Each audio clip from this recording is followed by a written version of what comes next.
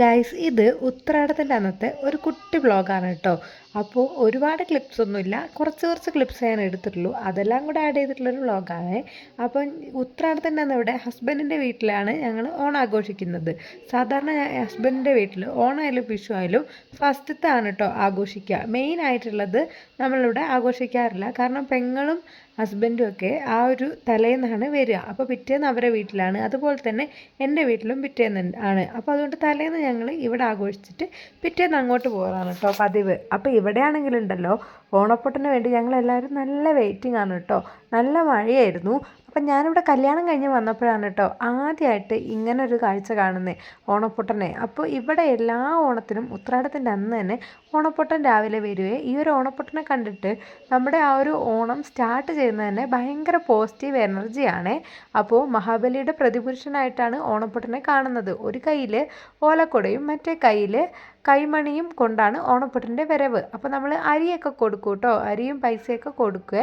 അപ്പോൾ മഹാബലി തമ്പുരാനെ പാതാളത്തിലേക്ക് ചവിട്ടിത്താത്തിയ സമയത്ത് വർഷത്തിലൊരിക്കൽ കാണാൻ വരണമെന്ന് മഹാബലി തമ്പുരാൻ പറഞ്ഞപ്പോൾ കാണാൻ വരുമ്പം പ്രജകളോട് സംസാരിക്കരുതെന്ന് വാമനൻ പറഞ്ഞിട്ടുണ്ടായിരുന്നു. അതുകൊണ്ടാണ് ഓണപ്പൊട്ടൻ്റെ വരവറിയിക്കാൻ കയ്യിൽ മണിയായിട്ട് വരുന്നത്. അപ്പോൾ ഓണപ്പൊട്ടനെ കണ്ടപ്പോൾ തന്നെ കുട്ടികൾ രണ്ടാളും നല്ല എക്സൈറ്റഡ് ആയിരുന്നു കേട്ടോ. അപ്പോൾ പെങ്ങളെ കുട്ടിയൊക്കെ ഉണ്ടായിരുന്നേ. അങ്ങനെ ഞങ്ങൾ ഓണപ്പൊട്ടനെയൊക്കെ കണ്ട് പിന്നെ ഞങ്ങളെ ബാക്കി പണിയും കാര്യങ്ങളൊക്കെ തുടങ്ങി. പൂവിട്ടിട്ടുണ്ടായിരുന്നില്ല, കാരണം പൂവിടണമെങ്കിൽ എനിക്ക് പിന്നെ പീരിയഡ്സ് ഡേറ്റും കാര്യങ്ങളൊക്കെ ആയിട്ട് പകുതിയിൽ നിന്ന് മുടങ്ങിപ്പോവും. അപ്പോൾ അതുകൊണ്ട് തന്നെ പൂവിടാൻ പറ്റിയില്ല, ഞാൻ പൂവിട്ടില്ല കേട്ടോ. അപ്പോഴത്തേക്ക് പിന്നെ ചെറിയച്ഛൻ്റെ വൈഫൊക്കെ വന്നിട്ടുണ്ടായിരുന്നു കേട്ടോ. അപ്പോൾ അവരും നമ്മളൊക്കെ ഈ ഒരു ഓണം ഒരുമിച്ച് സെലിബ്രേറ്റ് ചെയ്യാമെന്നാണ് വിചാരിച്ചത്. ഫസ്റ്റത്തെ ഓണം അവനോട് അടുത്ത് തന്നെയാണ്. പിന്നെ ഒരുവിധം പണിയൊക്കെ ഞങ്ങൾ തീർത്ത് വെച്ചിട്ടുണ്ടായിരുന്നു. എന്നാലും കുറേ പണികളൊക്കെ ഉണ്ട് കേട്ടോ. പിന്നെ അമ്മയാണെങ്കിൽ ഇന്ന് പുലർച്ചെ എണീച്ചിട്ടുണ്ടായിരുന്നു. അപ്പോൾ പിന്നെ കറികളൊക്കെ സാമ്പാറും പിന്നെ വേറെ എന്തൊക്കെയോ കറികളൊക്കെ ആയിട്ടുണ്ടായിരുന്നു. ഞാനാണെങ്കിൽ ഇന്നലെ 2 മണിക്കാണ് ഉറങ്ങിയത്. അപ്പം ഞാൻ എല്ലാത്തിനും വേണ്ട തേങ്ങയും ചിരവി വെച്ചിട്ടുണ്ടായിരുന്നു. പിന്നെ കൂട്ടുകറി അങ്ങനത്തെ കുറേ ഐറ്റംസ് ഉണ്ടാക്കി വെച്ചു. പിന്നെ അങ്ങനെ കുറേ കാര്യങ്ങൾ ഞാനും ചെയ്ത് വെച്ചിട്ടുണ്ടായിരുന്നു കേട്ടോ. പിന്നെ നമുക്ക് പായസം ഉണ്ടാക്കണം. പിന്നെ ഇന്നത്തെ നമ്മുടെ മെനു ഒരു കംപ്ലീറ്റ് ഓണസദ്യ ഒന്നുമല്ല. കാരണം ഞാനീ പറയാൻ പോകുന്ന കാര്യം എല്ലാവർക്കും അങ്ങോട്ട് ഡൈജസ്റ്റ് ആവണമെന്നില്ല. കാരണം നമ്മളിവിടെ മലബാറിലുണ്ടല്ലോ പല വീടുകളിലും ഓണത്തിന് പ്യൂർ ഓണസദ്യ ആയിട്ട് ഉണ്ടാക്കാറില്ല. ഓണസദ്യ ഉണ്ടാക്കിയാലും അതിൻ്റെ കൂടെ നോൺ വെജും ഒക്കെ ഉണ്ടാക്കാറുണ്ട് കേട്ടോ. അപ്പോൾ അതെല്ലാവർക്കും ഇഷ്ടപ്പെടണം എന്നില്ല. പക്ഷെ നമുക്കിവിടെ അത് ഓക്കെയാണ്. ഓരോരുത്തർക്കും ഓരോരുത്തരുടെ രീതികളല്ലേ. അപ്പോൾ എൻ്റെ സ്വന്തം വീട്ടിൽ ഇപ്പോൾ എൻ്റെ കല്യാണം കഴിഞ്ഞവരെയാണ് അങ്ങനെ ചെയ്യാൻ തുടങ്ങിയത്. പക്ഷേ ഇവിടെയൊക്കെ ആദ്യം എല്ലാവരും നോൺ വെജ് തന്നെ ഉണ്ടാക്കാറുണ്ട് കേട്ടോ.